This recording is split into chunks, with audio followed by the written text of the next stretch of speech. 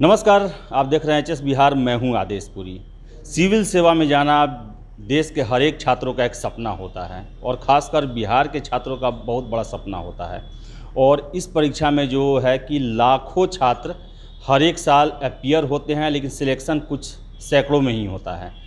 और ये जो परीक्षा है, इस परीक्षा में जितनी कड़ी मेहनत की ज़रूरत होती है, उतना ही ज़्यादा ज़रूरी होता है क्या पढ़ें और क्या ना पढ़ें।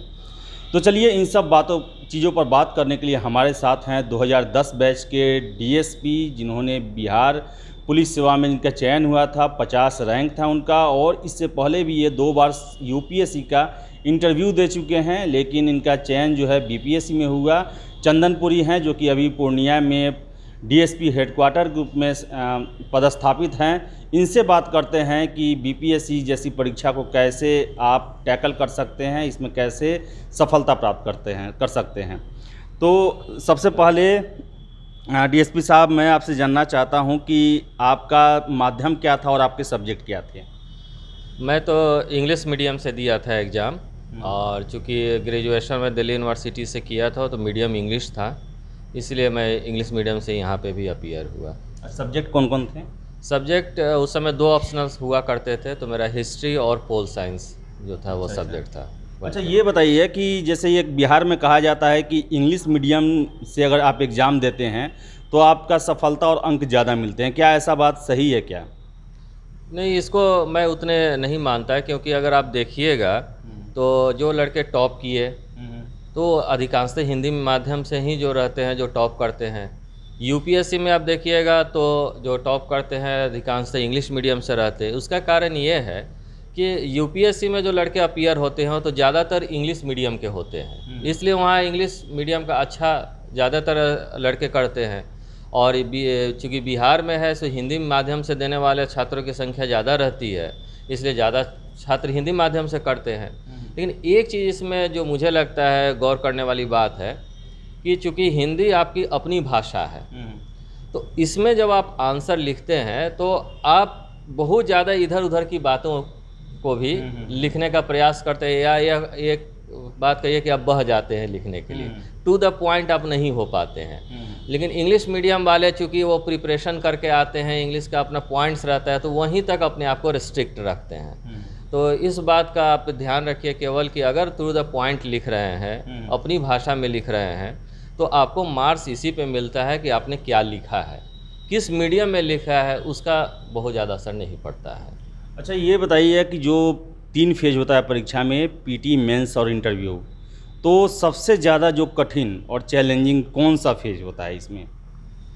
देखिए, तीनों फेज का अपना अपना महत्व है, लेकिन मैं सोचूंगा जैसे मुझे लगता है कि अगर आप मेंस की तैयारी करते हैं अच्छे से, तो उसमें बहुत सारे चीज़ आप पीटी का भी कवर कर लेते हैं। तो आपको मेंस ध्यान में रख कर स्टार्ट करना चाहिए। लेकिन क्या है कि पीटी का सिलेबस बहुत वास्ट है, उसका सिलेबस डिफाइन नहीं है, तो पीटी के लिए ज़्यादा मेहनत करना पड़ेगा। दूसरी बात है कि ये आपका पहला स्टेज होता है, इसमें अगर सफलता पाइएगा तभी आप सेकेंड स्टेज में जाते हैं। तो पीटी आप अगर क्वालिफाई कर लेते हैं तो एक तरह से आपके कॉन्फिडेंस बन जाता है, और फिर मेंस के लिए अब और ज़्यादा अच्छे से तैयारी करते हैं। तो पीटी ज़्यादा चैलेंजिंग होता है, लेकिन अगर पीटी क्लिक कर लेते हैं, पीटी अगर आपका क्वालिफाई हो जाता है, तो एक कॉन्फिडेंस आपको मिलता है और उससे आप मेंस निकालने में आपको आसानी होती है। पीटी को ध्यान में आप रखें ज़्यादा। अभी जो है 65वीं पीटी का रिजल्ट आया है, अगस्त में मेंस होने वाला है।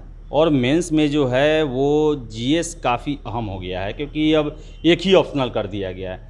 तो ये जो नया पैटर्न है, इसमें जीएस का क्या महत्व है, इसके बारे में ज़रा बताते हैं आप। देखिए, जनरल स्टडीज़ का महत्व बहुत ज़्यादा है। जैसे कि आप जब ऑप्शनल 1 हो गया तो जनरल स्टडीज़ के 2 पेपर हैं, तो उसी हिसाब से दुगुना मार्क्स का है।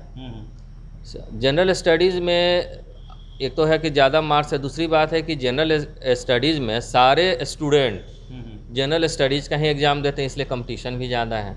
मान लें आपका अपना जो सब्जेक्ट है, तो उसमें तो उन्हीं लोग के साथ आपका कंपटीशन है कि कैसे लिखते हैं जो उस सब्जेक्ट को लेकर ऑप्शनल में आए हुए हैं। लेकिन जनरल स्टडीज़ में है कि आपको सभी लोगों के साथ समान रूप से है। जनरल स्टडी में भी आप 2 बात का ध्यान रखिए कि कुछ पोर्शन है जो कि ट्रेडिशनल है, और कुछ पोर्शन है जो अप्लाइड है और वो करंट इवेंट से रिलेटेड है। अगर देखा जाए तो 50-50% करीब करीब है। जैसे हिस्ट्री है, ज्योग्राफी है, पॉलिटिकल साइंस का भी मैं कहूँगा केवल 50% ऐसा है जो कि ट्रेडिशनल पैटर्न पे पूछा जाता है। बाकी चीज़ आपका जो है, चाहे इकोनॉमी हुआ, इकोनॉमिक्स या अर्थशास्त्री जिसको कहें, उसमें भी पूरी तरह से वो करंट रिलेटेड रहता है। करंट इवेंट्स तो हैं ही, और साइंस एंड टेक्नोलॉजी भी है, वो भी करंट रिलेटेड रहता है। तो आप ज़्यादा ध्यान आप दीजिए, करंट अफेयर्स पे ज़्यादा ध्यान दीजिए और प्रिपरेशन में इस चीज़ को रखिए। सिविल सेवा की परीक्षा में मैगजीन और पेपर का बहुत ज़्यादा योगदान होता है। हालांकि अब जो है उसको यूट्यूब चैनल उसका स्थान ले लिए हैं, लेकिन आप इसको कितना इम्पोर्टेंट मानते हैं कि पेपर और मैगजीन और जो पूरी दुनिया के साथ जुड़े रहने का कितना महत्व है सिविल सेवा की तैयारी के लिए? देखिए, ये तो सही बात है। आपको दुनिया से जुड़ा रहना पड़ेगा पूरी तरीके से, लेकिन यहीं पे फिर आप रहता है कि दुनिया तो इतनी बड़ी है, आपको कहाँ जुड़ना है, कितना जुड़ना है।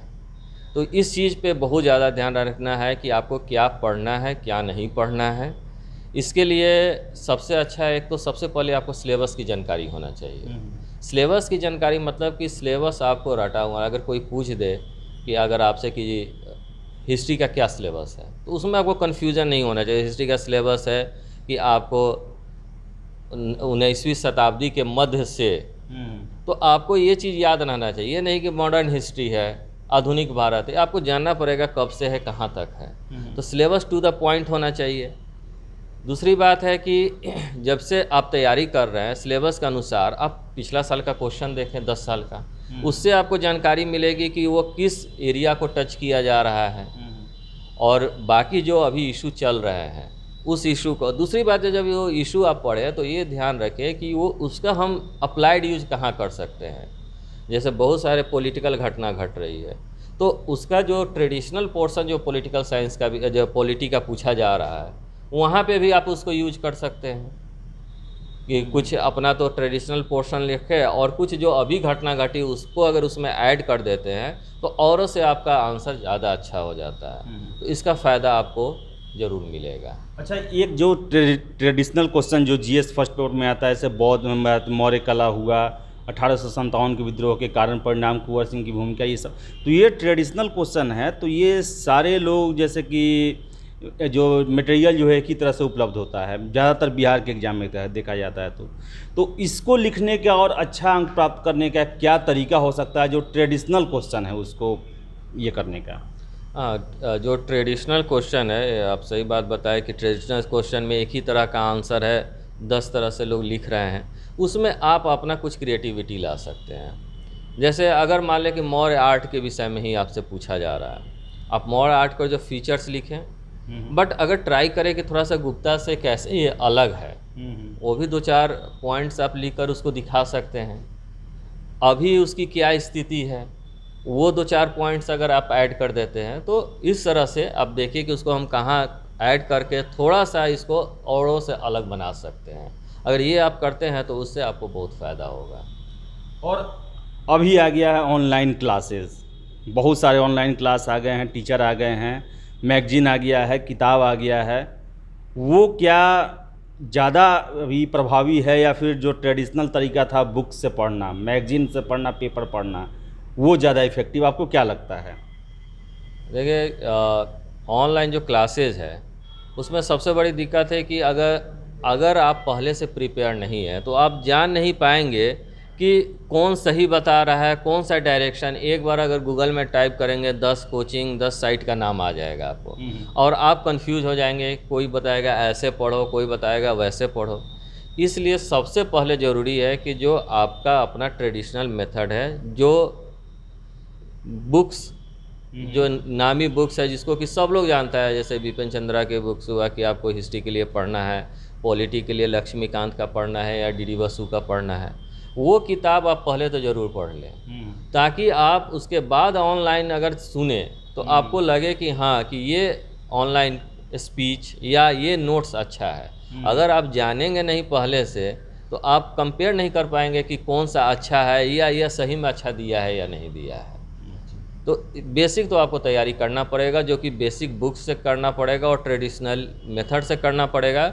लेकिन बाद में जब आपकी तैयारी हो जाती है तब फिर आप इन चीज़ का सहारा लेकर अपने क्वेश्चन, अपने आंसर या अपने जवाब को जो है थोड़ा सा और निखार ला सकते हैं।